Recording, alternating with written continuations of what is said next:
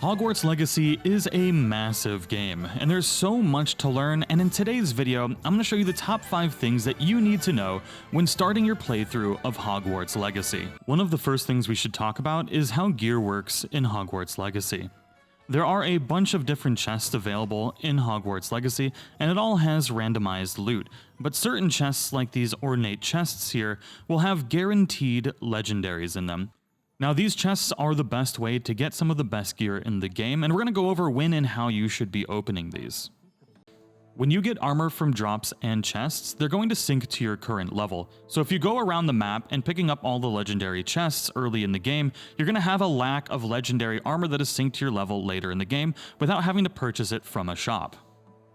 Now there is a caveat to this. When you get an unidentified item, that item doesn't sync to your level until you identify it in the room of requirements. So if you don't actually need an upgrade at that time or you have one for your level already, and you get an unidentified item, you can save that until any point in the game where you feel you need an upgrade, then you can identify it at the room of requirements and get it for your current level.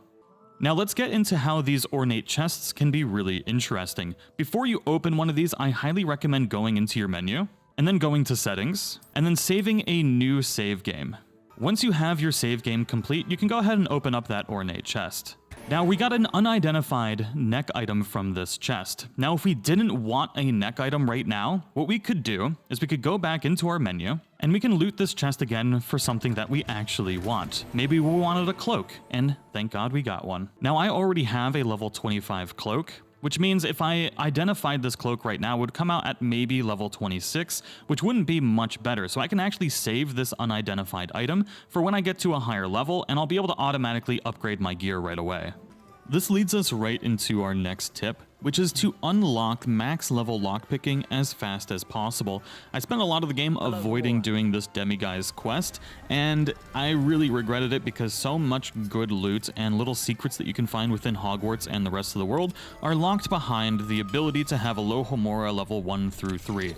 Now I've already done all the due diligence and put out the fastest way to be able to get the demiguise statues that you need to be able to unlock Alohomora level 3, so I highly recommend checking out that video, but definitely don't avoid doing this quest. You'll be able to unlock it immediately after getting into the autumn season, which you get after completing your first trial.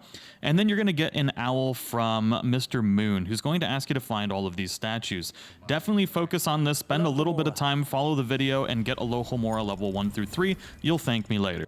The next thing I think everybody should know is that you won't be able to unlock every talent available in the game. So it is really important that you look into each tree and identify the talents that you really want. Like if you aren't going to be using many dark arts because you're doing a very good playthrough, then you won't have to invest any points into the dark arts, and you'll be able to invest all of your points into something else. So I do highly recommend taking an early look at the talent tree and making sure you identify the most important talents for you before just spending all of your talent points all willy-nilly. Your core talent tree definitely has quite a few upgrades that you're going to want to get, especially like spell knowledge 1 through 3. I really do like the Wiggenweld potency 1 as well. I haven't gotten level 2 yet, but I feel like maybe at some point, especially if you're doing a hard mode playthrough, probably get this as well. Another great talent to have is Ancient Magic Throw. I didn't want to get too much into telling you exactly which of these talents you should get, but this one is particularly good. When you combine it with Expelliarmus, you'll launch the weapon up in the air, and then you can use Ancient Magic Throw to do a ton of damage to the enemy.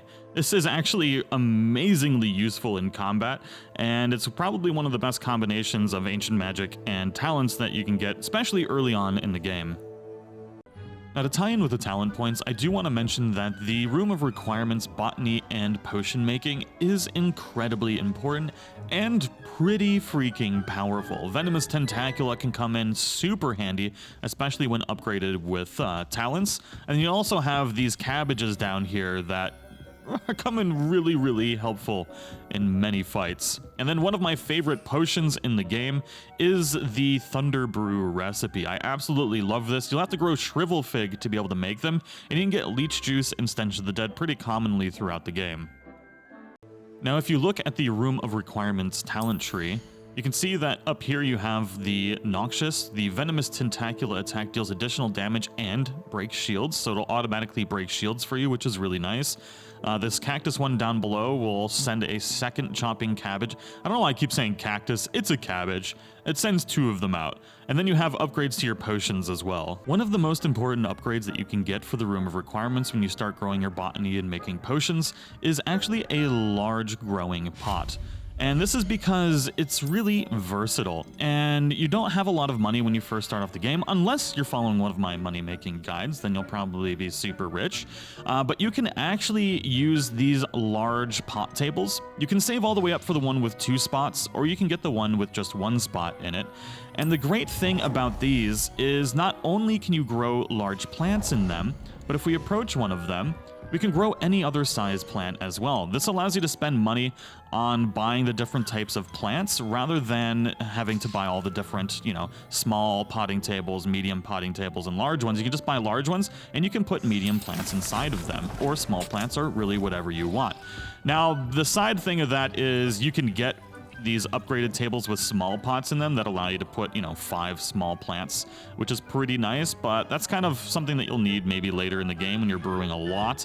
I mean, eventually you just start running out of things that you actually need.